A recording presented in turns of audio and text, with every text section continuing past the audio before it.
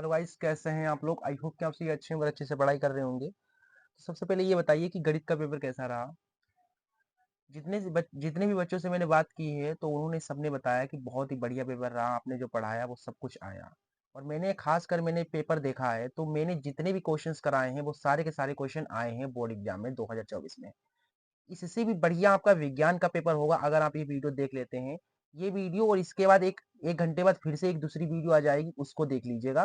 कोई भी न्यूमेरिकल आपका नहीं छूटेगा।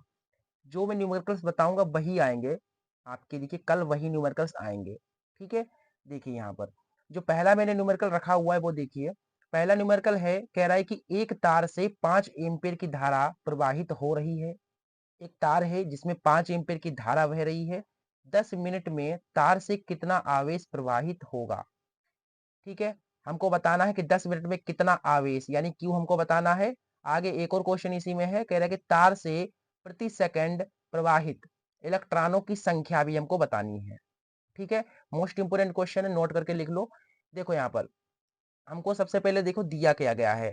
कोई भी क्वेश्चन करने से पहले लिखो दिया है। ठीक है।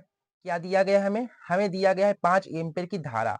जो धारा जो दी गई है, धारा को हम आई से प्रदर्शित करते हैं। आई हमको 5 एम्पीयर दी गई है। ठीक है। इतनी चीज क्लियर है।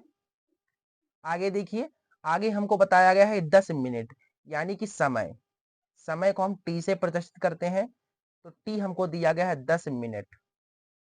ठीक है। हमें क्या निकालना है? हमें निकालना है आवेश। ठीक है। तो आवेश को हम क्यू से प्रदर्शित करते हैं तो हमें क्यू निकालना है। और उसके बाद इलेक्ट्रॉनों की संख्या भी निकालनी है। ठीक है। इलेक्ट्रॉनों की इलेक्ट्रॉनों की संख्या एन। एन अभी हमको बताना है। तो देखो कैसे करेंगे। सबसे पहले हम क्या करते हैं, क्यू पता करते हैं। तो क्यू पता करने के लिए एक जनरल सा सूत्र है, आप सभी को पता होगा। आई बराबर होता है क्यू अपॉन टी। आई बराबर क्या होता है? क्यू अपॉन टी होता है। ये फॉर्मूला आपको पता होना चाहिए। देखिए यहाँ पर आई हमारे पास 5 एम्पियर है तो 5 लिख देंगे। क्यू कितना है? क्यू तो हमको पता करना है। और जो टी है, जो टाइम है वो 10 मिनट है। ठीक है। यहाँ तक क्लियर है। अब देखो यहाँ पर इसके बटे में कुछ नहीं तो वन, क्यू की 1 से गुणा हो जाएगी तो क्यू आएगा। 10 की 5 से गुणा कराएंगे तो 50 आ जाएगा। तो कहने का तात्पर्य यह है कि जो आवेश आएगा, ठीक है, वो कितना आएगा? 50 कूलाम आएगा। याद रखेगा कि विद्युत आवेश का मात्रक कूलाम होता है। और हमारे पास जो आवेश आ गया है वो आ गया है 50 कूलाम। इसके बाद हमें इलेक्ट्रॉनों की संख्या भी बतानी थी। ठीक है। तो देखो इलेक्ट्रॉनों की संख्या कैसे बताएंगे, तो इसके लिए आपको एक फॉर्मूला पता होना चाहिए, क्यू बराबर एन ई। चौथे चैप्टर यानी विद्युत चैप्टर के जितने भी फार्मूला हैं वो आपको जब तक नहीं पता है, जब तक आपको नहीं पता होंगे तब तक आप न्यूमेरिकल नहीं कर पाएंगे। ठीक है। तो चौथे चैप्टर के फार्मूलाज याद कर लीजिए। चौथे चैप्टर से ही जो है न्यूमेरिकल सबसे ज्यादा पूछे जाते हैं बोर्ड एग्जाम में। ठीक है। तो यहाँ से हमें एन मिल जाएगा। और यहाँ पर क्यू हमने कितना निकाला अभी? 50 निकाला। एन हमको पता करना है। और ई क्या है? ई है इलेक्ट्रॉन पर आवेश। तो ई का मान याद रखिएगा, ई बराबर होता है, क्या होता है? ई बराबर होता है 1.6 गुणा 10⁻⁻19। ये होता है ई का मान यानी इलेक्ट्रॉन पर आवेश। कभी कभार ये होता है कि आपसे पूछा जाता है कि इलेक्ट्रॉन पर आवेश कितना होगा। तो याद रखेगा कि इलेक्ट्रॉन पर आवेश ई बराबर होता है 1.6 इंटू 10⁻⁻19। ठीक है। तो यहाँ पर हम ई की जगह पर इसे पुट कर देंगे। ये चीज हम जो है यहाँ पर रख देंगे। हमें यहाँ से एन बराबर मिल जाएगा 50। और ये गुणा में था तो बटे में आ जाएगा ये 1.6 गुणा 10⁻⁻19। अब देखो यहाँ पर इस 50 को आप कैसे लिख सकते हो? इसको लिख सकते हो 5 इंटू 10 और नीचे हमारे पास ये है। ठीक है। अब इसकी पावर 10 की पावर कुछ नहीं तो 1। तो हमारे पास जो n आ गया है वो ऊपर 5 है, नीचे 1.6 है। और गुणा में हमारे पास देखो 10, देखो नीचे 10 एक जैसा है तो आधार एक जैसा है तो एक बार लिख देंगे। ऊपर 1 है तो 1। अब माइनस की घात जब ऊपर जाएगी तो चिन्ह बदल जाएगा तो प्लस का 19 हो जाएगा। पॉइंट काटेंगे तो ऊपर एक जीरो बढ़ेगा। आप 16 को, सॉरी 50 को 16 से भाग देने पर कितना आएगा? 16 16 16 3 48 49 50 16 एकम 16 4 16 दूनी 32, लगभग 3.12 गुणा 10⁻20 आएगा। ये हमारे पास जो है इलेक्ट्रॉनों की संख्या होगी। ठीक है। तो इलेक्ट्रॉनों की संख्या हमारे पास ये आ गई है 3.12 इंटू 10⁻20। ठीक है। ये हमारा जो है क्वेश्चन का सोल्यूशन होगा, देख लीजिए। चलिए इसके बाद इसका नेक्स्ट क्वेश्चन करते हैं। बहुत ही सारे जितने भी मैं क्वेश्चन बता रहा हूँ आपको, न्यूमेरिकल्स बता रहा हूँ, वो लाजवाब है, बहुत ही इंपॉर्टेंट है और बार बार पूछे गए हैं क्वेश्चन। ठीक है, चलिए यहाँ पर जो सेकंड क्वेश्चन है उसे देख लीजिए और वीडियो को लाइक कर दीजिएगा। अभी तक अगर नहीं किया है तो अपने फ्रेंड्स को प्लीज इस वीडियो को जरूर से शेयर कीजिएगा। आपके फ्रेंड्स को भी पता होना चाहिए कि कौन से क्वेश्चन सबसे ज्यादा इंपॉर्टेंट है, और जो मैं क्वेश्चन बताता हूँ वो 100% आते हैं, इसका कोई चांस नहीं होता कि ना आए। ना आने की तो कोई गुंजाइश होती ही नहीं है। देखिए यहाँ पर दूसरा क्वेश्चन क्या है। दूसरा क्वेश्चन मोस्ट इंपोर्टेंट मैंने रखा हुआ है। कह रहा है कि निर्वात में प्रकाश का वेग 3 × 10⁸ मीटर प्रति सेकंड है। एक पदार्थ जिसका अपवर्तनांक 1.5 है में प्रकाश के वेग की गणना करनी है। वेग यानी v हमको प्राप्त करना है। तो सबसे पहले मैंने आपको क्या बताया, सॉल्यूशन डालिए, उसके बाद लिखिए दिया है। यहाँ पर हमको क्या क्या दिया गया है वाची देखिए। हमें दिया गया है निर्वात। निर्वात यानी वायु। वायु में प्रकाश का जो चाल दी गई है वो हमको दी गई है। देखो वायु में प्रकाश की चाल यानी कि c हमको कितना दिया गया है, 3 × 10⁸ मीटर प्रति सेकंड। आपको याद भी कर लेना है कि निर्वात में प्रकाश की चाल या वायु में प्रकाश की चाल 3 × 10⁸ मीटर प्रति सेकंड होती है। इतना पॉइंट याद रखेगा। ठीक है, कभी कभार ऑब्जेक्टिव में ये पूछ दिया जाता है। आगे है एक पदार्थ जिसका अपवर्तनांक। अपवर्तनांक यानी n। अपवर्तनांक को हम n से प्रदर्शित करते हैं और ये हमें दिया गया 1.5। ठीक है, तो हमें क्या निकालना है, हमें वेग निकालना है। वेग यानी v निकालना है। देखो इस क्वेश्चन को कैसे करेंगे, बहुत ही आसान क्वेश्चन और बहुत ही ज्यादा इंपॉर्टेंट क्वेश्चन है। जितना आसान है उतना ज्यादा इंपॉर्टेंट है। देखो यहाँ पर n बराबर होता है c/v। ठीक है, तो इसमें वैल्यू को रखिए। n की जगह पर 1.5, c कितना है अपने पास, ये है 3 × 10⁸ अपॉन v। यहाँ से हमको मिल जाएगा, इसके बटे कुछ नहीं तो 1, इसकी इससे गुणा करा देंगे तो 1.5 इंटू v, इसकी इधर कराएंगे तो वही रहेगा। तो यहाँ से हमें मिला, क्या मिला, ये गुणा में 1.5 है तो बटे में आ जाएगा। पॉइंट काटेंगे 10 बढ़ेगा, 15 दूना 30। v बराबर हमारे पास आ गया है कितना, 2 × 10⁸ मीटर प्रति सेकंड। ठीक है, ये हमारा आंसर होगा इस क्वेश्चन का। आई होप कि आपको ये क्वेश्चन समझ में आ गया होगा और बहुत ही इंपॉर्टेंट क्वेश्चन रहा ये, अभी तक का सबसे इंपॉर्टेंट क्वेश्चन है। चलिए इसके बाद इसका अगला क्वेश्चन देख लेते हैं। अगला क्वेश्चन हमारे पास है, ध्यान से देखिएगा क्वेश्चन। क्वेश्चन नंबर 3 कह रहा है कि एक विद्युत हीटर पर 250 वोल्ट व 2 किलोवाट लिखा है। एक हीटर है। ठीक है, हीटर कैसा है, विद्युत हीटर है यानी कि लाइट से चलता है। तो एक विद्युत हीटर है जिसके ऊपर 250 वोल्ट और 2 किलोवाट लिखा है। ठीक है, पूरी क्षमता से कार्य करने पर इससे कितनी विद्युत धारा प्रवाहित होगी। यानी कि पूरी की पूरी क्षमता अगर लगा दी, अपनी पूरी कैपेसिटी के साथ ये चले तो कितनी धारा प्रवाहित करेगा ये। ठीक है, और उसके साथ साथ हमको ये भी बताना है कि इसे प्रतिदिन 10 घंटे कार्य करने पर 30 दिनों में कितनी किलोवाट ऊर्जा व्यय होगी। यानी कि अगर हम इसे हर रोज 10 घंटे चलाते हैं तो 30 दिनों के अंदर अंदर कितनी किलोवाट, किलोवाट यानी यूनिट, कितनी यूनिट्स आएंगी, ये भी हमको पता करना है। बहुत ही इंपॉर्टेंट क्वेश्चन है और 2024 में आने के हाई चांसेस इस क्वेश्चन के। तो ध्यान से देखिएगा क्वेश्चन। देखो यहाँ पर इसे हम नेक्स्ट पेज में करते हैं। देखो यहाँ पर सबसे पहले लिखो दिया है, क्या क्या दिया गया है इसमें। दिया है क्वेश्चन नंबर 3 है, इसमें हमको दिया गया है कि 250 वोल्ट। अच्छा, वोल्ट यानी कि विभवांतर, तो हमें विभवांतर यानी कि जो बी दिया गया है वो दिया गया है 250 वोल्ट। ठीक है, इसके बाद हमें 2 किलोवाट। किलोवाट, वाट यानी कि विद्युत सामर्थ्य। देखो वाट की बात आए तो वाट समझ जाइएगा, विद्युत सामर्थ्य यानी कि पी। जहां पर भी वाट कहा जाए समझ जाओ पी दिया गया है। पी हमें दिया गया है कितना, 2 किलोवाट। Kilo watt. अब एक किलो वाट को वाट में पहले तो कन्वर्ट कर लो, क्योंकि ये चीज दी गई है इसलिए हम ये लिख सकते हैं 2। देखो किलो, 1 किलो में कितने वाट होंगे, तो 1000, क्योंकि किलो को हटाने के लिए 1000 से गुणा करानी पड़ेगी, तो 1000 से गुणा कराएंगे तो हमारे पास ये आ जाएगा। तो यहां से हमारे पास जो पी आएगा वो आ जाएगा 2000 वाट। ठीक है, ये हमारे पास पी आ गया है। आगे हमको बताना है कि कितनी धारा बहेगी, यानी कि धारा भी हमको धारा बतानी है, धारा आई हमको बताना है और हमको यूनिट्स बतानी है, कितनी किलोवाट ऊर्जा वे होगी, किलोवाट हावर, ये हमको पता करना है। तो देखो इसे कैसे करेंगे हम, देखो यहाँ पर क्वेश्चन इंपोर्टेंट है, ठीक है। चलो यहाँ पर सबसे पहले हम धारा पता करते हैं। तो आप P बराबर जानते हैं, P बराबर होता है V इंटू आई, ठीक है। तो यहाँ से P कितना है, 2000 है, V कितना है, V अपने पास है 250, और I हमको यहाँ से मिल जाएगा। तो I बराबर आ जाएगा 2000 बटा 250, ये कट जाएगा, 25 अठे कितने हो जाएंगे, 200 हो जाएंगे ना। तो आई जो आया है, जो धारा आ गई है, वो आ गई है 8 एम्पियर, ठीक है। तो धारा अपने पास 8 एम्पियर आ गई।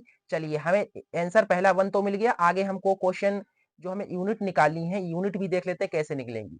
चलिए यूनिट अब हम निकालेंगे। तो यूनिट जब भी आपको निकालनी हो तो एक फार्मूला याद कर लीजिए सबसे पहले। तो देखो यूनिट निकालने का सूत्र, यूनिट निकालने का एक छोटा सा फार्मूला होता है, याद रखिएगा, यूनिट बराबर वाट गुणा घंटा गुणा समय वटा 1000, ठीक है।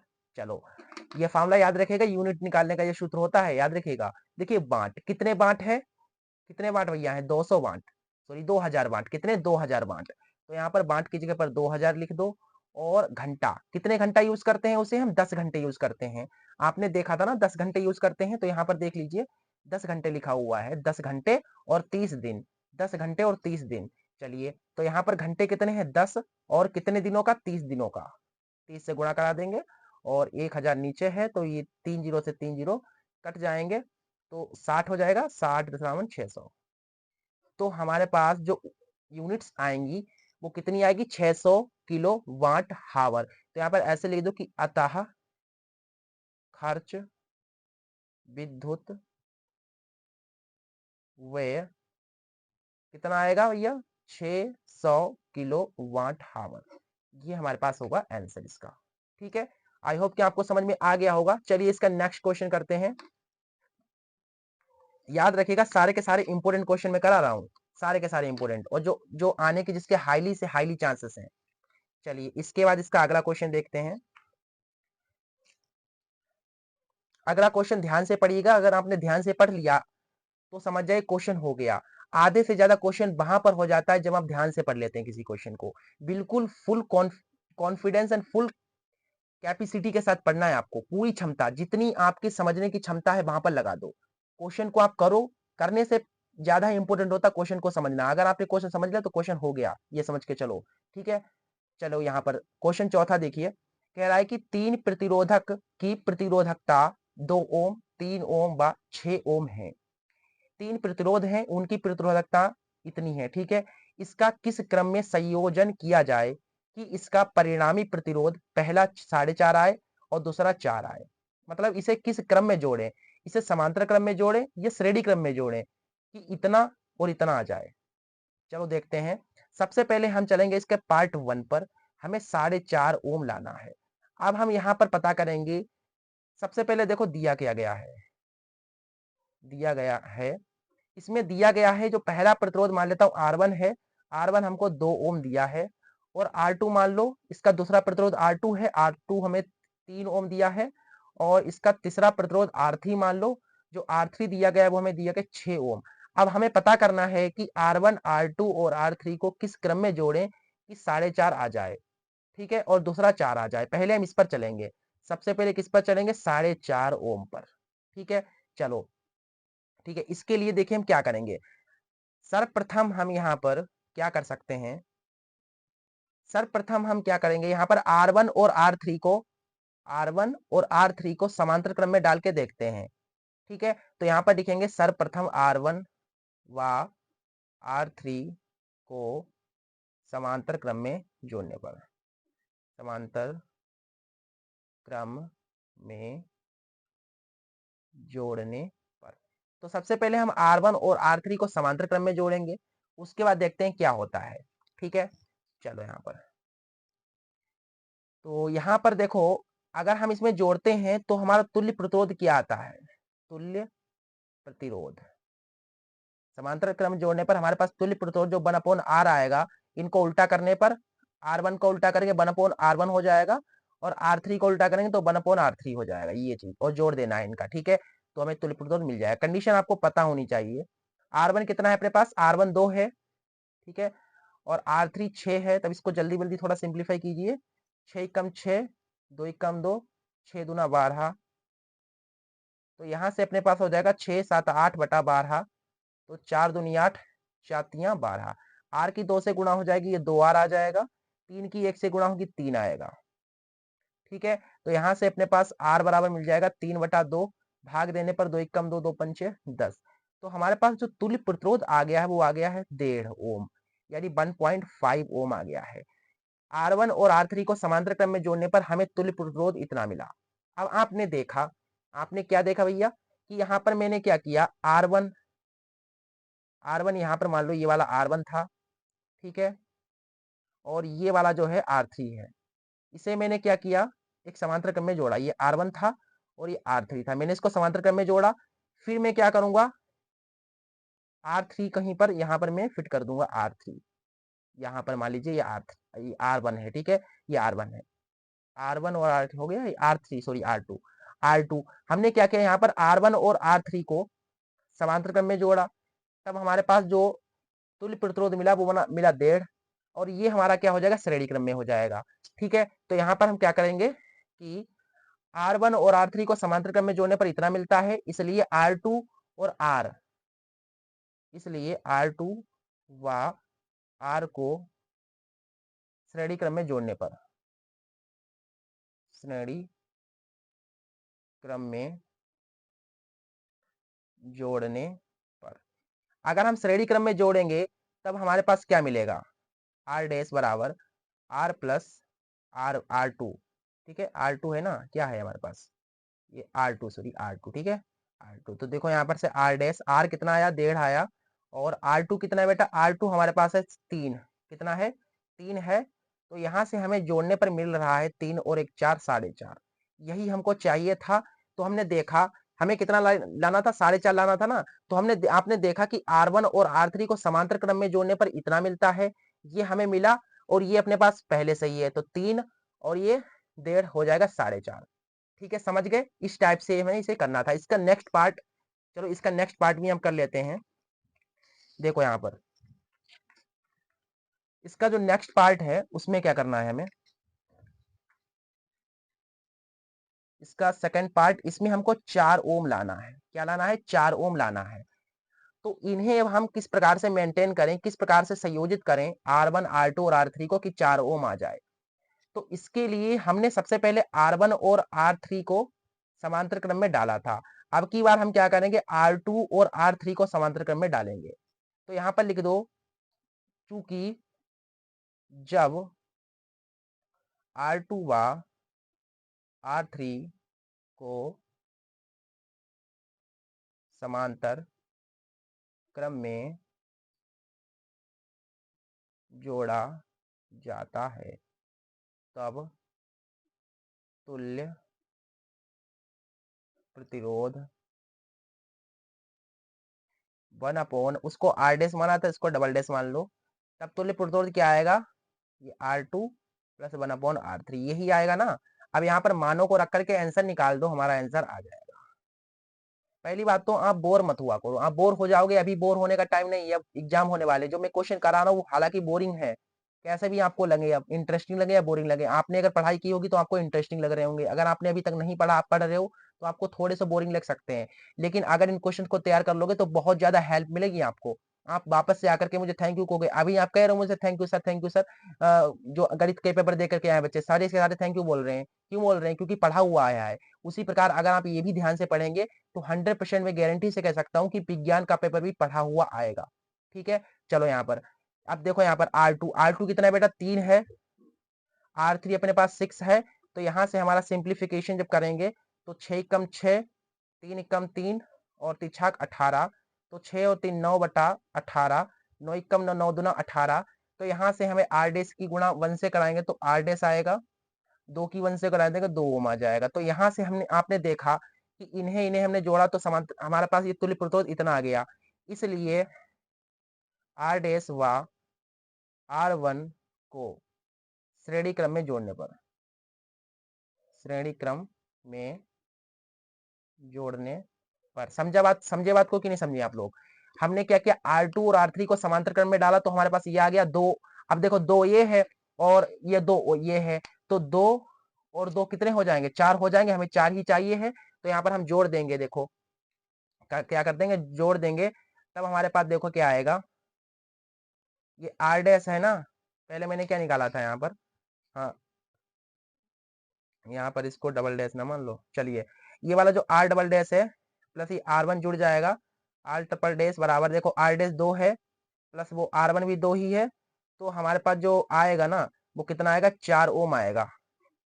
ठीक है, तो हमारे पास ये जो है आंसर आ रहा है। हमें 4 ओम चाहिए था तो 4 ओम आ गया। पहले हमने R1 और R3 को समांतर क्रम में डाला, ठीक है, उसके बाद हमने जोड़ दिया उसमें। अब इस बार हमने क्या किया, R2 और R3 को समांतर क्रम में डाला, बस इतना किया है मैंने। चलिए इसके बाद इसका अगला क्वेश्चन करते हैं। सारे के सारे इंपोर्टेंट क्वेश्चन है, सारे के सारे बार बार पूछे गए हैं, उन्हें ही मैंने रखा हुआ है यहाँ पर। ठीक है, चलो यहाँ पर इसके बाद इसका 5वां क्वेश्चन देख लीजिए। Question number 5, numerical number 5। 5वां न्यूमेरिकल है, कह रहा है कि 15 सेंटीमीटर फोकस दूरी का कोई अवतल लेंस किसी वस्तु का प्रतिबिंब लेंस से 10 सेंटीमीटर दूर पर बनाता है। वस्तु लेंस से कितनी दूरी पर स्थित है, यानी कि वस्तु कहां पर है, यानी कि हमको यू पता करना है। एफ दिया गया है और बी दिया गया है। बहुत सिंपल क्वेश्चन है, ये तो सब कर लेंगे, और आपको आता हो तो स्किप करके दूसरा क्वेश्चन देख लीजिए। सबसे पहले देखो दिया गया है, दिया है हमें 15 सेंटीमीटर फोकस दूरी, यानी फोकस दूरी एफ हमको दी गई है 15 सेंटीमीटर। ठीक है, आगे हमको बताया गया अवतल लेंस है। अच्छा अवतल लेंस है तो अवतल लेंस में यू वी और एफ क्या होते हैं, निगेटिव होते हैं। ठीक है, निगेटिव होते हैं ना, तो यहाँ हमको क्या करना पड़ेगा, निगेटिव लेना पड़ेगा। इसके बाद प्रतिबिंब कहां पर बनता है, 10 सेंटीमीटर दूर पर बनता है, तो जो प्रतिबिंब की स्थिति है वो 10 सेंटीमीटर है, तो इसको भी हमको क्या करना है, माइनस में लेना है। हमें यू निकालना है। ठीक है, यानी कि वस्तु कहां पर बनेगी, यानी कि यू हमको पता करना है। चलो बहुत ही आसान है। तो इसमें लेंस है तो लेंस का फॉर्मूला लगा करके आंसर निकाल दो। तो यहाँ पर लिख दो लेंस के सूत्र से, सूत्र से। तो यहाँ पर लेंस का सूत्र क्या होता है, ये होता है 1/f बराबर 1/b माइनस 1/u। ठीक है, अब यहाँ पर हम रखेंगे मानों को। f कितना है, माइनस का 15 है। माइनस नीचे नहीं ऊपर रखा जाता है, क्योंकि वो हमेशा ऊपर ही होता है, गुणा में होता है ना, तो ऊपर ही चला जाता है। यहाँ से b कितना है, माइनस का 10 है, तो यहाँ पर 10 लिखेंगे हम, और ये माइनस का 1/u। यहाँ से अपने पास आ जाएगा माइनस 1/u बराबर माइनस 1/15। माइनस का इधर आएगा तो प्लस का हो जाएगा, तो यहाँ से अपने पास आएगा माइनस 1/u बराबर -10 प्लस 15 बटा आमने सामने करा देते हैं, ये 150 कितना हो जाएगा, इतना ही हो जाएगा ना। तो ये हमारे पास जो आएगा 10, 15 से 10 गया 5, नीचे 1500 है, सॉरी 150 है, तो 5 का 5 5 15, यू की 1 से गुणा होगी तो यू आएगा, 30 की 1 से गुणा होगी तो 30 आ जाएगा हमारे पास सेंटीमीटर। तो जो वस्तु बननी चाहिए वो कहां पर बननी चाहिए, 30 सेंटीमीटर दूरी पर। तो लिख दो यहाँ पर अतः वस्तु की स्थिति 30 सेंटीमीटर होगी। ठीक है, और वस्तु कहां पर बनेगी, दर्पण के आगे बनेगी। ठीक है, क्योंकि माइनस में आई है। चलिए यहाँ पर इस टाइप से इस क्वेश्चन को हमें करना था। हमने 5 इंपोर्टेंट क्वेश्चन कर लिए हैं। इसके बाद हम इसके 6th जो 7वां इंपोर्टेंट क्वेश्चन है उसे देखते हैं कहां पर है। तो वो हम पहले तो ढूंढ लेते हैं कहां पर मैंने रखे हुए हैं। देखिए ये हमने जो है यहाँ पर छुपा करके रखे हुए हैं आपसे, लेकिन अब आपको हम दिखा रहे हैं। तो वीडियो को पूरा देखें तभी आपको ये क्वेश्चन पता चल पाएंगे। चलिए छठा क्वेश्चन देखिए, छठा न्यूमेरिकल मोस्ट इंपोर्टेंट है और बहुत छोटा है। कह रहा है कि 40 सेंटीमीटर फोकस दूरी वाले अवतल दर्पण की वक्रता त्रिज्या कितनी होगी। फोकस दूरी दी गई है, वक्रता त्रिज्या निकालनी है। बहुत ही सिंपल सा क्वेश्चन है। क्या क्या दिया गया है हमें, ये क्वेश्चन आएगा तो आपका 1 या 2 नंबर में ही आएगा। हमें दिया गया 40 सेंटीमीटर फोकस दूरी, तो फोकस दूरी 40 सेंटीमीटर है। बाकी दर्पण कौन सा है, अवतल है, तो माइनस में लेना पड़ेगा। हमें आर निकालनी है, तो सिंपल क्वेश्चन है। देखो आप जानते हो आर और एफ में क्या संबंध होता है, ये होता है आर बराबर 2f। याद रखेगा ये क्वेश्चन, ये जो आपको मैंने ब्रैकेट में बंद कर रहा हूँ ना, बॉक्स में मैंने बंद कर रहा हूँ, ये जो है बहुविकल्पी में पूछा जा सकता है। अभी 2024 में कहेगा कि वक्रता त्रिज्या r और फोकस दूरी में क्या संबंध है, तो आप कहेंगे r बराबर 2f। ये हो तो ये कर दो, नहीं तो याद रखिएगा F बराबर R/2 ये भी होता है। तो इन दोनों में से कोई भी ऑप्शन में हो तो टिक मार देना है, लगा देना है, ठीक है। तो यहाँ पर देखो R हमें कितना दिया गया है, R तो हमको प्राप्त करना है ना, और 2 इंटू F कितना है, माइनस का 40 है, तो यहाँ से 40 दूना 80 सेंटीमीटर आ जाएगा माइनस का, ठीक है। तो जो वक्रता दी जाएगी वो इतनी आ जाएगी। बहुत ही आसान क्वेश्चन था। चलो यहाँ पर 7वां क्वेश्चन देखते हैं। 7वां क्वेश्चन देखिए, ये है 7वां क्वेश्चन कह रहा है कि 2 ओम, 3 ओम और 4 ओम के प्रतिरोधों को समांतर क्रम में जोड़ा जाता है। कौन से क्रम में बेटा, समांतर क्रम में। समांतर क्रम में जोड़ा जाता है। इस संयोजन को 24 वोल्ट की बैटरी से जोड़ा जाता है। बैटरी से संयोजन में प्रवाहित धारा की गणना कीजिए। सबसे पहले तो हम क्या करेंगे, 2 ओम, 3 ओम और 4 ओम को समांतर क्रम में जोड़ेंगे। कौन से क्रम में जोड़ेंगे, समांतर क्रम में जोड़ेंगे। अब समांतर क्रम में जोड़ने पर हमको तुल्य प्रतिरोध मिल जाएगा, तो आर मिल जाएगा, बी हमें पहले से पता, तो आई आराम से निकाल लेंगे, ठीक है। तो देखो सबसे पहले हम क्या करेंगे यहाँ पर, तो लिख लो यहाँ पर 2 ओम, 3 ओम और 4 ओम, ऐसे लिख दो। 2 ओम, 3 ओम व 4 ओम को समांतर क्रम में जोड़ने पर,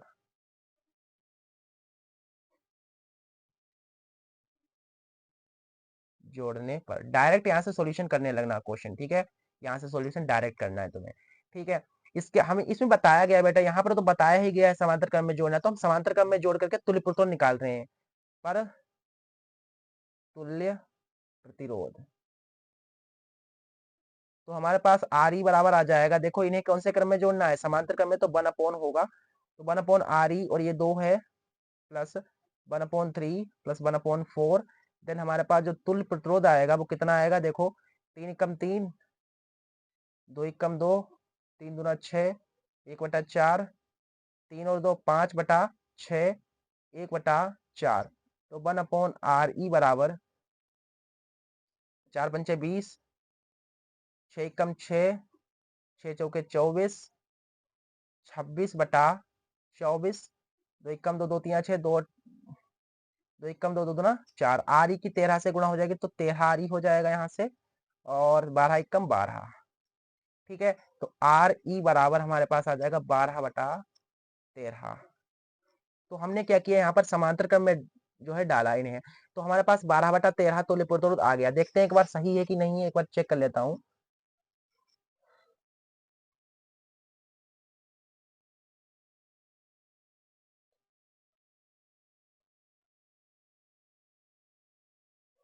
ठीक है, तो यहाँ तक क्लियर है, बिल्कुल बिल्कुल क्लियर है सब कुछ। चलिए, हमको और दिया क्या गया था, हमें दिया गया था, ऐसे करके लिख दो, सिंस हमें दिया गया है V बराबर कितना दिया गया, विभवांतर तो हमको दिया गया था ना, यहाँ पर हमको दिया गया था 24 वोल्ट। कितना दिया गया था, 24 वोल्ट। देखिए यहाँ पर नजर डाल के 24 वोल्ट लिखा हुआ है, तो 24 वोल्ट हम यहाँ पर लिख देंगे कि भैया ये चीज हमको दी गई है, ठीक है। ये चीज हम अपने तीर से नहीं लिख रहे हैं, हमको दी गई है, ठीक है। चलो यहाँ पर तो हमें क्या निकाल ली है, आई निकाल ली है ना, तो बहुत ही सिंपल है। आप जानते हो आर बराबर क्या होता है, आर बराबर होता है B/I, ठीक है। प्रतिरोध बराबर विभवांतर बटा धारा। देखो आर हमें कितना है, आर हमारा है 12/13, ठीक है। V कितना है, 20 है, और ये I, तो ये कट सकता है हमारा, 4 3 12, 4 पंचे 20, I की 3 से गुणा हो जाएगी तो हो जाएगा यहाँ पर 3I, 13 पचे 5 15, 5 13 पचे 65 हो जाएगा ना, तो I बराबर 6 5/3। तो हमारे पास धारा आ जाएगी 3 दूना 6, 3 एकम 3, 4 5, 6 18, ये आ जाएगी धारा हमारे पास इतनी एम्पियर, ठीक है बेटा। ये हमारा जो होगा फाइनल आंसर होगा। समझ गए हो तो बताओ, समझ गए ना। चलिए आगे बढ़ते हैं अगले क्वेश्चन में, अगले क्वेश्चन की ओर मूव ऑन करते हैं हम। क्वेश्चन 7 हो गया ना, क्वेश्चन 8वां देखो, question number 8। Question 8 most important question है, टिक लगा लो, बहुत ही ज्यादा इंपोर्टेंट क्वेश्चन है। 2024 में 100% आएगा ये क्वेश्चन, मेरी गारंटी 100% क्वेश्चन आपको देखने को मिलेगा। 6 मार्क्स का क्वेश्चन है, ठीक है, 6 मार्क्स का क्वेश्चन है, बहुत ही इंपोर्टेंट क्वेश्चन है। फिजिक्स में मैं आपको एक हिंट देना चाहता हूं। देखो फिजिक्स में नियम तो हर बार पूछे ही जाते हैं, तो नियम को तैयार कर लो बेटा। जितने भी फिजिक्स के नियम हैं उन सभी को तैयार कर लो, जैसे स्नेल का नियम, ठीक है, अपवर्तन के नियम, परावर्तन के नियम, पेंज के नियम, फ्लेमिंग के बाएं हाथ का नियम, और भी बहुत सारे नियम है, मैंने एक वीडियो में सारे के सारे नियमों को समझाया है, वो वीडियो की लिंक आपको डिस्क्रिप्शन में मिल जाएगी, वहां पर देख लीजिएगा, एक भी नियम नहीं छूटेगा आपका। ठीक है, नियम हर बार पूछा जाता है, गारंटी से पूछा जाता है हर बार, किसी भी बोर्ड का पेपर उठा लो, किसी भी साल का पेपर उठा लो, आपको एक नियम जरूर देखने को मिलेगा 2 मार्क्स में। ठीक है, तो उस चीज को जरूर कंप्लीट करिएगा। 2024 में 100% क्वेश्चन देखिए, यहाँ पर क्वेश्चन को ध्यान से पढ़िए। कह रहा है कि 2 मीटर लंबे चालक में 10 एम्पेयर की धारा प्रवाहित हो रही है। 2 मीटर लंबा एक चालक है।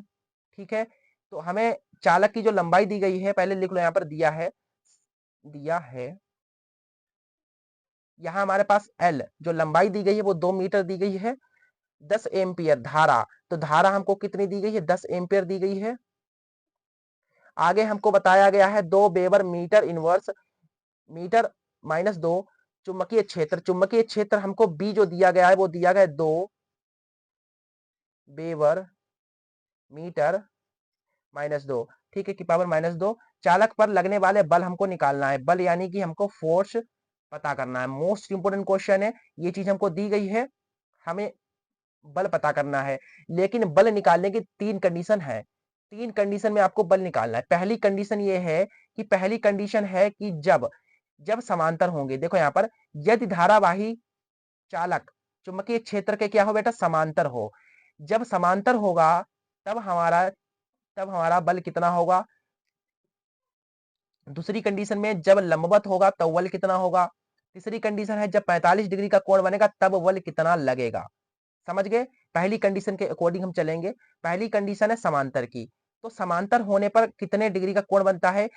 देखो, जब समांतर होता है ना धारावाही चालक, तो जो कोण बनता है वो बनता है 0 डिग्री, है कि नहीं। समांतर होगा तो कितने डिग्री का कोण बनेगा, 0 डिग्री का। अपने दिमाग में बैठा लो कि जब भी समांतर होता है धारावाही चालक तो जो कोण बनता है वो 0 डिग्री का बनता है।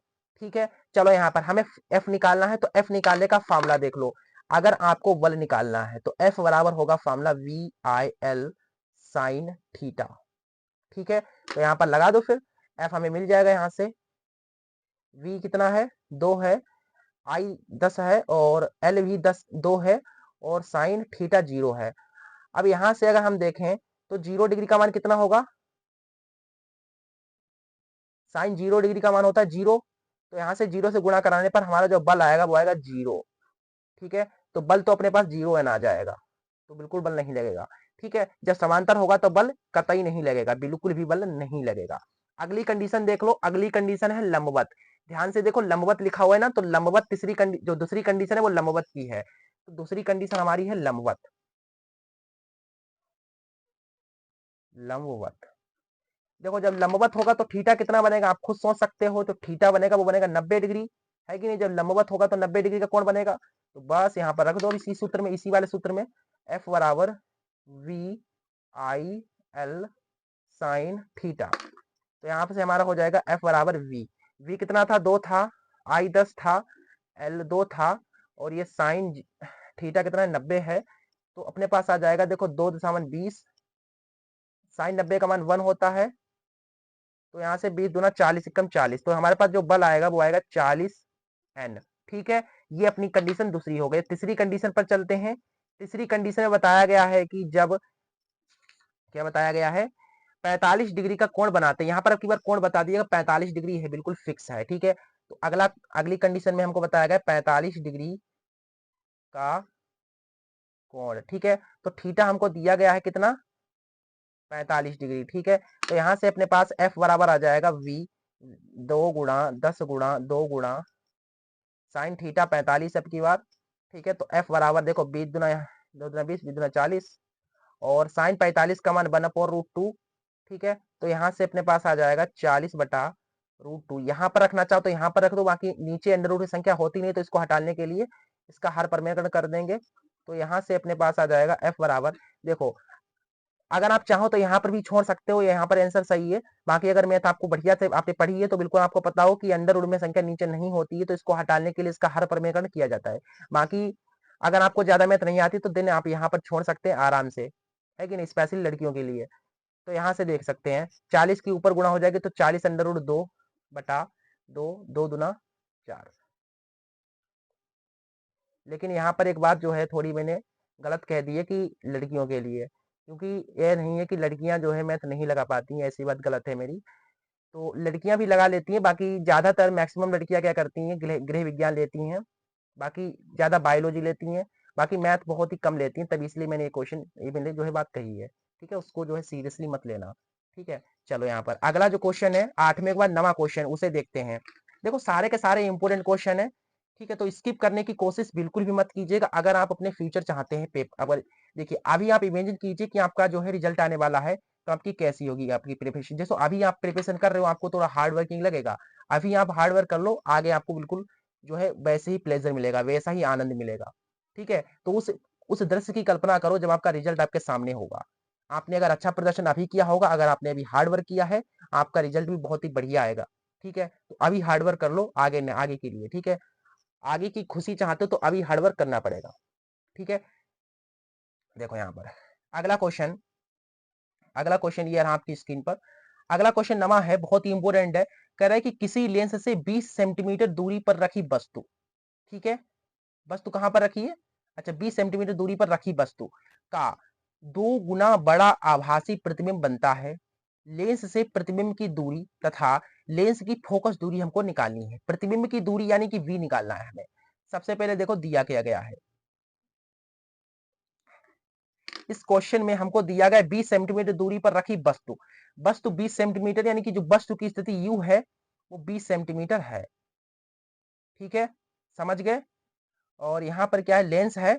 ठीक है, तो यहाँ पर कौन सा लेंस है भैया, बड़ा बना रहा है तो अवतल लेंस होगा फिर तो कौन सा बड़ा प्रतिबिंब, तो अवतल लेंस में u माइनस होता है। ठीक है, आगे हमको f निकालना है। ठीक है, और हमको क्या निकालना है, प्रतिबिंब की स्थिति कहां पर होगी, b भी निकालना है। चलिए देखिए कैसे करेंगे इसको। देखो यहाँ पर आपको साफ दिख रहा है नहीं,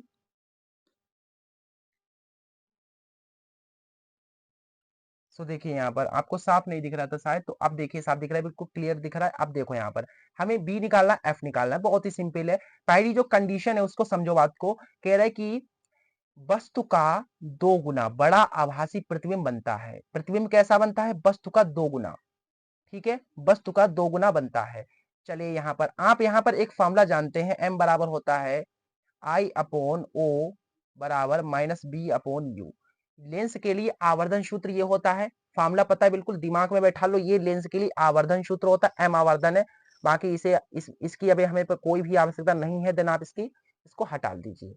यहाँ पर हमें इतनी चीज को देखना है, ये हमारा जो आई है ये वस्तु, ये प्रतिबिंब का साइज है। ठीक है, प्रतिबिंब की लंबाई है, ओ वस्तु की लंबाई है, वस्तु का साइज है। ठीक है, बी प्रतिबिंब की स्थिति, यू वस्तु की स्थिति। तो यहाँ पर बताया गया है कि वस्तु का 2 गुना बड़ा प्रतिबिंब बनता है। तो प्रतिबिंब कैसा बनता है, वस्तु का 2 गुना। तो यहाँ पर जो प्रतिबिंब बनेगा ये वाला जो, ये वस्तु का 2 गुना बनेगा। ठीक है, कितना बनेगा, वस्तु का 2 गुना। तो यहाँ पर आई की जगह पर क्या करो, देखो 2 गुना वस्तु का बटा में ओ बराबर माइनस बी अपॉन यू। समझिए बात को, ध्यान से समझिए इस बात को, कि बताया गया है कि वस्तु का 2 गुना, जो प्रतिबिंब बन रहा है ये बन रहा है वस्तु का 2 गुना। ठीक है, वस्तु का 2 गुना बनता है। चलिए अब देखो यहाँ से ओ कट जाएगा, यू की 2 से गुणा कराएंगे तो हमारे पास जो आ जाएगा 2u। ठीक है, और ये हमारे पास माइनस v। ठीक है, तो 2u कितना है बेटा, हमारे पास u माइनस का 20 है, ये माइनस का v, माइनस माइनस कट जाएगा तो v बराबर अपने पास 20 गुना 40 सेंटीमीटर आ जाएगा। ठीक है, ये अपने पास जो है प्रतिबिंब बनेगा। तो प्रतिबिंब कहां पर बनेगा, 40 सेंटीमीटर दूरी पर बनेगा। समझ में आ गया, बिल्कुल दिमाग में बैठ गया। चलो अब देखो यहाँ पर हमें ना 40 आ गया है, आगे हमको फोकस भी निकालना है, तो फोकस आपको भी निकालना है। तो फोकस के लिए लेंस का फॉर्मूला लगा करके निकाल लीजिए। तो लेंस के सूत्र से, लेंस के सूत्र से, है कि नहीं, जब हमें u पता है, हमें u भी पता है, v भी पता है, तो f आराम से निकाल सकते हैं। तो 1/f बराबर होता है 1/v माइनस 1/u। तो यहाँ से अपने पास f हमको तो पता करना है, तो 1/v, v कितना है 40 है, u हमारे पास माइनस का 20 है, तो माइनस ये हो जाएगा प्लस। तो 1/f बराबर 20 कम 20, 20 दूना 40, 2 कम 2, यहाँ पर 2 दूना यही आएगा ना। देखो 40 और जब आप 20 का एलसीएम निकालोगे तो कितना आएगा, 20, 20 दूना 40, और ये 20 कम 20 और 2, हाँ 40 ही आएगा। तो 40 कम 40, 20 दूना, हाँ ठीक है बिल्कुल सही है। तो यहाँ से अपने पास 2 1 3 बटा 40, एफ की यहाँ पर गुणा हो जाएगी 3 से, तो हो जाएगा 3f बराबर 40। तो f बराबर आ जाएगा 40 बटा 3 सेंटीमीटर, ये अपने पास फोकस दूरी होगी, ये हमारा आंसर है। समझ में आ गया? ऐसे इस क्वेश्चन को हमें करना था। 9वें के बाद 10वां क्वेश्चन, ठीक है। 10वां क्वेश्चन देखिए, अब हम इंपोर्टेंट कहेंगे नहीं भैया, इंपोर्टेंट तो है, अब इंपोर्टेंट कहने से क्या फायदा, हमने आपको पहले ही थंबनेल में ही बता दिया कि सारे क्वेश्चन इंपोर्टेंट है, ठीक है। चलो यहाँ पर 10वां क्वेश्चन देखो, ठीक है। यहाँ पर 10वां क्वेश्चन कह रहा है कि, क्या कह रहा है भैया, क्वेश्चन कह रहा है कि निम्न विद्युत परिपथ में R1 बराबर R2 बराबर R3 बराबर 30 है, ठीक है। R4 और R5 बराबर 20 है, R6 बराबर 10 है, ठीक है। तो यहाँ पर आगे क्वेश्चन इसका कहाँ है, 2 मिनट रुकिए, इसका जो है सेकंड पार्ट कहाँ पर है, देखिए यहाँ पर इसका सेकंड पार्ट यहाँ पर है, समझिए बात को, यहाँ पर ये सेकंड पार्ट इसका है। यहाँ पर क्वेश्चन पहले तो समझो बात को, क्वेश्चन को समझो, क्वेश्चन थोड़ा लेंथी है, बाकी देख लीजिए, यहाँ पर समझो। यहाँ पर हमको ये मान लेना है R1 है, ठीक है, ये R1 है अपने पास, ये R2 है और ये R3 है, ठीक है। ये R4 है, ये R5 है और बेटा ये R6 अपना है, ठीक है। तो यहाँ पर हमें R1 कितना, R1 R2 और R3, देखो यहाँ पर क्या क्या दिया गया है, पहले तो हम वो लिख लेते हैं जो हमें दिया गया है, उसके बाद पता करेंगे कि क्या निकालना है क्या नहीं निकालना है। देखो यहाँ पर सबसे पहले हमें दिया है, बेटा दिया क्या गया है हमें दिया गया है R1 बराबर, R2 बराबर, R3 बराबर 30 ओम। तो R1 R2 और R3 तीनों के तीनों 30 ओम है। R4 और R5 बराबर, देखो R4 और R5 बराबर हमारा है 20 ओम, ठीक है। और R6 हमें स्पेशली दिया गया है 10 ओम है, ये वाला 10 है, ठीक है। ये वाले जो है हमारे ये 20-20 के हैं, 20 ओम है। ये हमारे जो है ये कितने कितने के हैं, 30-30 के हैं, ये 30 है, ये 30 है और ये वाला भी 30 है, ठीक है। चलिए यहाँ तक क्लियर है, बिल्कुल सारा का सारा क्लियर, दिक्कत समस्या प्रॉब्लम नहीं होनी चाहिए। आगे आगे देखिए क्वेश्चन को देख ध्यान से, आगे इसी का क्वेश्चन देखो, यहाँ पर आगे पढ़ो क्वेश्चन को। परिपथ को 12 वोल्ट की बैटरी से संयोजित किया गया है, ये परिपथ यहाँ पर बैटरी है, ये बैटरी कितनी है 12 वोल्ट की, तो वोल्ट यानी विभवांतर, तो विभवांतर हमको दिया गया है 12, तो यहाँ पर लिख लो कि चूंकि, ऐसे चूंकि, ये सारा का सारा चूंकि में लिखो, ठीक है। चूंकि विभवांतर हमें कितना दिया गया है 12 वोल्ट, ठीक है, ये अपने पास है। चलो आगे हमको क्या बताया गया है, आगे हमको बताना है, तो गणना करो कि परिपथ में कुल प्रतिरोध कितना है, ठीक है, तथा बैटरी में प्रवाहित धारा। तो हमें हमें क्या निकालना है, प्रतिरोध निकालना है, इस पूरे परिपथ में कितना प्रतिरोध बहेगा और धारा निकालिए, बहुत ही इजी क्वेश्चन है, ठीक है। हमें निकालना है परिपथ में कुल प्रतिरोध, तो परिपथ में कुल प्रतिरोध, हमें R पता करना है बेटा, ठीक है, और धारा भी निकालनी है। परिपथ में प्रवाहित कुल धारा यानी कि I भी हमको पता करना है, बिल्कुल डिट्टू वैसे ही करना है जैसे मैं कर रहा हूं, इसीलिए मैं ऐसे कर रहा हूं जिससे कि आप ऐसा ही करें, सेम बिल्कुल करें, ठीक है। ये 10वां क्वेश्चन, ये लास्ट क्वेश्चन है, इसके बाद आपको 15 क्वेश्चन, 15 से 20 क्वेश्चन की अगली वीडियो मिलेगी, ठीक है, वो थोड़ी लंबी होगी, उसे देख लीजिएगा, 15 से 20 क्वेश्चन आपको मिल जाएंगे। ये लास्ट क्वेश्चन है, ध्यान से देखिएगा इसको, ठीक है। चलो यहाँ पर हमें यहाँ पर R में निकालना, सबसे पहले देखो यहाँ पर चित्र कहाँ गया भैया, चित्र देखो, आप देखो ध्यान से भैया, R1 R2 और R3 कौन से क्रम में है, समांतर क्रम में है कि नहीं, समांतर क्रम में, एक दूसरे के नीचे समांतर क्रम में है, तो इसी चीज को मैं यहाँ पर लिख रहा हूं। देखो क्या लिखूंगा भैया, कि लिखूंगा कि चूंकि R1 R2 व R3 कौन से क्रम में है, समांतर क्रम में है, समांतर क्रम में है, इसलिए तुल्य प्रतिरोध, अगर हम यहाँ का तुल्य प्रतिरोध निकालेंगे, कहाँ का भैया, यहाँ का तुल्य प्रतिरोध निकालेंगे, तो आ जाएगा 1/R1 plus 1/R2 plus 1/R3, ठीक है। तो यहां से अपने पास आ जाएगा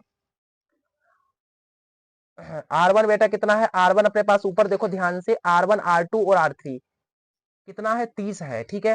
तो यहाँ पर हम 30 ही लिखेंगे, R2 भी 30 है और R3 भी 30 है, ठीक है। ये जो क्वेश्चंस मैंने कराए हैं इनकी PDF आपको मिल जाएगी, ठीक है, डिस्क्रिप्शन में देख लीजिएगा। देखो नीचे एक जैसा है तो एक बार लिख लेंगे, एक एक एक 3 हो जाएंगे, 3 एकम 3, 3 दशामलव 30, तो आर ई की गुणा कराएंगे तो आर ई बराबर 10 ओम आ गया। ठीक है, तो हमारे पास जो यहाँ का तुल्य प्रतिरोध आ गया है वो कितना आ गया है 10। ठीक है, तो यहाँ का देखो, यहाँ से ध्यान से, इसका इसका तुल्य प्रतिरोध कितना आया 10 आया, 10 ओम आ गया इसका। ठीक है, अब यहाँ का हम पता कर लेंगे, फिर यहाँ का जोड़ देंगे तो टोटल आ जाएगा, फिर धारा तो बहुत ही आसान है। अब देखो यहाँ पर R4 और R5, R4 और R5 भी देखो समांतर क्रम में है, जैसे ये समांतर क्रम में थे एक दूसरे के नीचे, वैसे ये भी है। तो यहाँ पर लिखेंगे कि R4 और R5 समांतर क्रम में है, तो लिख दो यहाँ पर कि चूंकि R4 व R5 भी समांतर क्रम में है, क्रम में है कि नहीं है समांतर क्रम में? बिल्कुल है भैया। अब समांतर क्रम में है तो तुल्य प्रतिरोध देख लो, इसलिए तुल्य प्रतिरोध 1/RE, इसको E माना था, इसको डैश मान लो, 1/R4 प्लस 1/R5, इनको उल्टा कर देंगे तो यहां से अपने पास आ जाएगा, R4 और R5 दोनों 20 ही हैं। ठीक है, ऊपर देख लीजिएगा, 20 कर स्क्रॉल करके पीछे बैक करके देखो 20 है। ठीक है, 20 20 नीचे एक जैसा है, ऊपर एक एक 2 हो जाएंगे, 2 एक कम 2, 2 दशामलव 10, देन आर ई बराबर जो आएगा वो भी 10 ही आएगा, तो ये वाला भी 10 है भैया। तो यहाँ पर टोटल अब पता चल गया है हमें। देखो यहाँ का 10 है और यहाँ का भी भैया 10 है, तो देखो 10 10 और 10 कितना हो गया 30 हो गया। तो इस पूरे के पूरे परिपथ में 30 ओम प्रतिरोध है, ऐसे ही मैंने बता दिया। तो यहाँ पर ऐसे करके एक थोड़ी सी लाइन लिखना है। ठीक है, क्यूट सी छोटी सी लाइन लिख दो, प्यारी सी, क्या लिख दो, चूंकि आर ई बराबर आया 10 ओम तथा आर ई डैश बराबर 10 ओम तथा आर 6 बराबर भी 10 ओम है, इसलिए परिपथ का कुल प्रतिरोध आर बराबर हो जाएगा, इन्हें जोड़ देंगे भैया, R E plus R E dash plus R6, तो इन्हें जोड़ने पर हमारे पास जो तुल्य पूरा का पूरा आएगा, जो टोटल रेसिस्टेंट आएगा वो कितना आएगा 10 10 10 20 30। तो यहाँ पर हमें पता चल गया कि इस पूरे परिपथ में 10 ओम प्रतिरोध प्रवाहित है। कितना प्रतिरोध प्रवाहित है 10 ओम। ठीक है, कितना 10 ओम, यहाँ से हमें ये चीज मिल गई है देखने को। चलो यहाँ तक क्लियर है, बिल्कुल दिक्कत समस्या प्रॉब्लम नहीं होनी चाहिए। चलो यहाँ पर और हमें क्या दिया गया है, और हमें विभवांतर भी दिया गया है 12 वोल्ट। ठीक है, और हमें विभवांतर दिया गया 12 वोल्ट। तो हमें क्या निकाला था, यहाँ पर आर निकाला था, तो आर आ गया, हमें अब आई भी निकालनी है, तो आई निकाल लो, सिंपल है। देखो यहाँ पर चूंकि आर बराबर क्या होता है V/I होता है, तो यहाँ से आर बेटा कितना है 30 है, विभवांतर अपने पास 12 है, आई मिल जाएगा, काटना चाहे तो काट दो, 3 चकू 12, 3 दशामलव 30, 2 दूना 4, 2 पंचे 10, तो आई बराबर अपने पास आएगा 2/5। ठीक है, भाग देने पर अपने पास आ जाएगा 0.5 को 20 एम्पियर। ठीक है,